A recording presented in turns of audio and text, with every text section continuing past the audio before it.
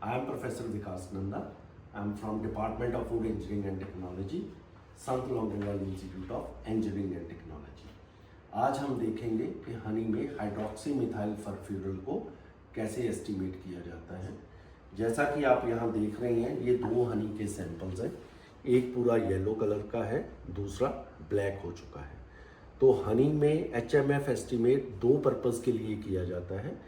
First है कि हनी की फ्रेशनेस कितनी है, उसके लिए एस्टिमेट किया जाता है। और सेकेंडली ये हमें ये बताता है कि हनी को आपने कितनी ज़्यादा हीट ट्रीटमेंट दी है या कितने लंबे टाइम के लिए उसको आपने स्टोर किया हुआ है।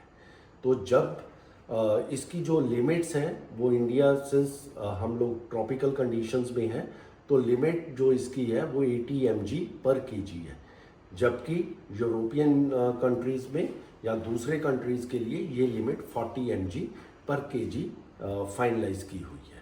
तो अगर हनी की लिमिट इससे बाहर जाती है तो इसका मतलब ये है कि या तो हनी आपका बहुत पुराना है या आपने उसको बहुत ज़्यादा हीट ट्रीटमेंट दी हुई है। और बेसिकली ये जो प्रिंसिपल है वो एसिड कैटालाइज्ड डिहाइड्रेशन रिएक्शन पे बेस्ड है। होता क्या है, हनी की जो pH है वो 3.5 टू 4.2 वेरी करती है। तो इसमें जो प्रोटॉन्स होते हैं वो बेसिकली रिएक्शन में पार्टिसिपेट नहीं करते। वो जो इसमें शुगर है, हेक्सोजेज है, पर्टिकुलरली फ्रक्टोज है, ग्लूकोज है, उनकी स्ट्रक्चर को अनस्टेबल करता है और उनको क्लीव करता है। और उसके बाद उसमें से डिहाइड्रेशन होती है, वाटर मॉलिक्यूल लूज होते हैं एंड 3 वाटर मॉलिक्यूल बेसिकली इसमें लूज होते हैं और एक हमें नया कंपाउंड मिलता है जिसकी एक नई स्ट्रक्चर होती है और उस कंपाउंड को फिर हम बोलते हैं HMF। और इस एस्टिमेट करने के लिए हमें जो है ये स्पेक्ट्रोफोटोमेट्री मेथड है। तो एक हमें स्पेक्ट्रोफोटोमीटर चाहिए होता है इसके लिए, जिसकी जो वेवलेंथ है, हमें जो रेंज है वो नॉर्मली इस केस में 284 एंड 336 चाहिए होती है।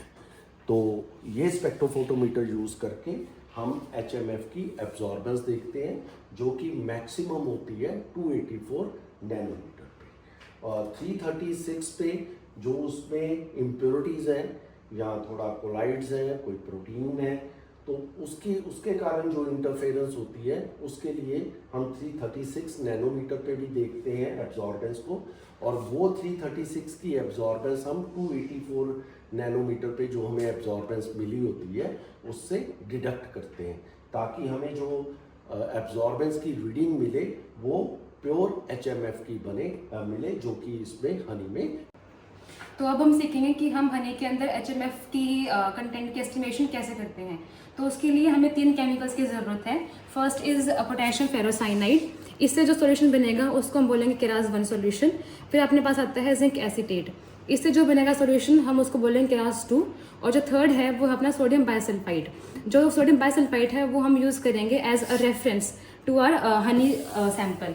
जो केराज 1 और केराज 2 सॉल्यूशन होते हैं इनको हम यूज़ करते हैं ताकि जितने भी हनी के अंदर इम्प्योरिटीज़ हैं उन जितने भी इम्प्योरिटीज़ हैं उनको क्लैरिफाई करने के लिए हम इन 2 सॉल्यूशंस का यूज़ करते हैं। अब इन 3 केमिकल्स से हमने अलग अलग कॉन्सेंट्रेशंस बनाई हैं। जैसे हमने बनाया है, सबसे पहले जो अपना रेफरेंस सैंपल होगा उसके लिए हमने बनाया है 0.2% का सोडियम बाइसल्फाइड। सेकेंड अपने पास है जो केराज 1 सॉल्यूशन है, that is 15% of potassium ferrocyanide, and Keras 2 solution is of zinc acetate, which is made at a concentration of 30%. And here we have 2 honey samples for HMF estimation. After all the protocol, we will go for the absorbance using spectrophotometer, and we will take the absorbance at 284 nanometer and 336 nanometer. Sample preparation के लिए हमने 2 Honey samples लिए हैं, A and B। तो अब इन दोनों samples की preparation के लिए हमने 5 ग्राम्स ऑफ हनी लिया है in 25 ml of distilled water to dilute it.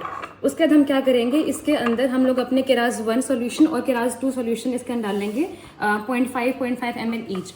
और उसके बाद हम इसको इन वॉल्यूमेट्रिक फ्लास्क में पोर करके और वॉल्यूम मेकअप कर देंगे अप टू 50 ml।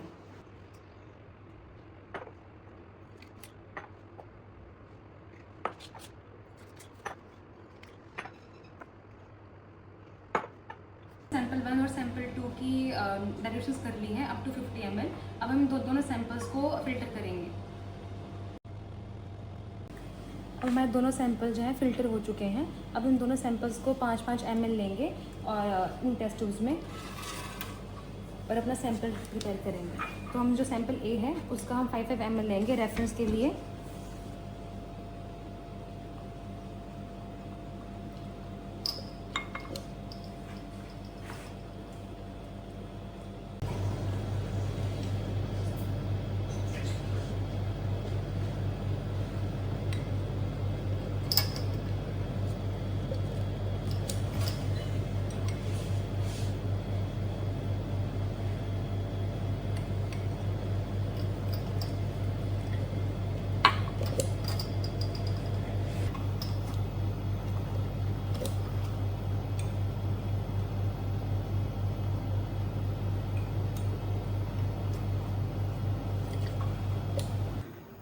अब जो हमारा रेफरेंस सैंपल है उसमें हम डालेंगे 5 ml ऑफ सोडियम बाइसल्फाइड।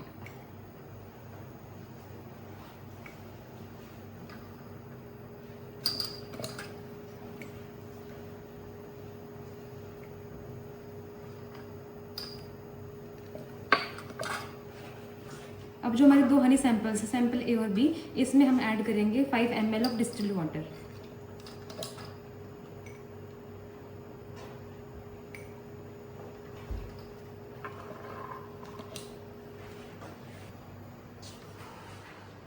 अब हम इन चारों सैंपल्स की ऑडी चेक करेंगे यूजिंग यूवी विज स्पेक्ट्रोफोटोमीटर।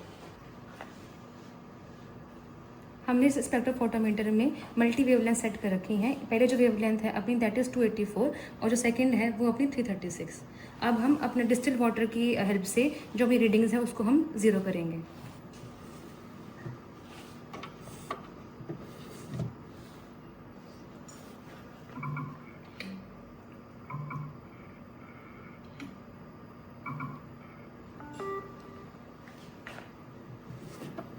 अपने जो डिस्टिल वाटर से हमने रीडिंग जो है ज़ीरो कर ली है।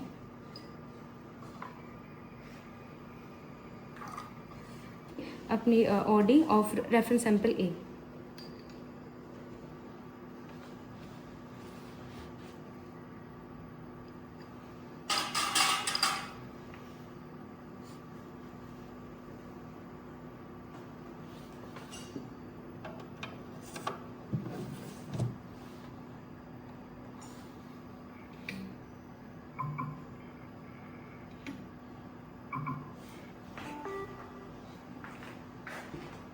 अब ये जो अपनी रीडिंग आई है ये आई है अपने रेफरेंस सैंपल की। अब हम इन रीडिंग्स को भी ज़ीरो कर देंगे।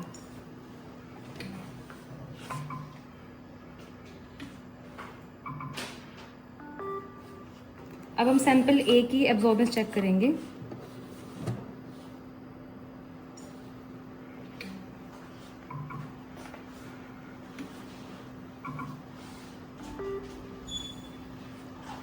ये अपने सैंपल ए की एब्जॉर्बेंस आई है जो कि 284 नैनोमीटर पे आई है 0.019 और 336 नैनोमीटर पे आई है 0।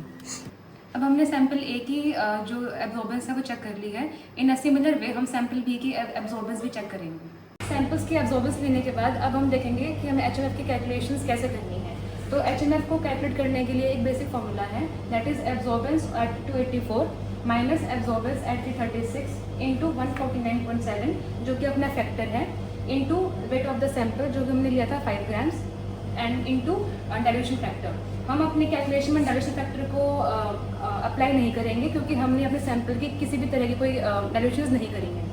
तो जो सैंपल ए है उसकी एब्जॉर्बेंस आई थी अपनी 284 नैनोमीटर पे 0.019 एंड 336 पे आई थी अपनी 0.0 into 149.7 into 5 and it gives a value of 14.22 milligram per kg. For sample B, the absorbance was 0.11 at 284 and 0.01 at 336 into 149.7 into 5. Values comes out to be 74.85 milligram per kg. These values indicate that the sample B was either heated or was either stored for a long time, and sample A indicates the freshness of honey sample.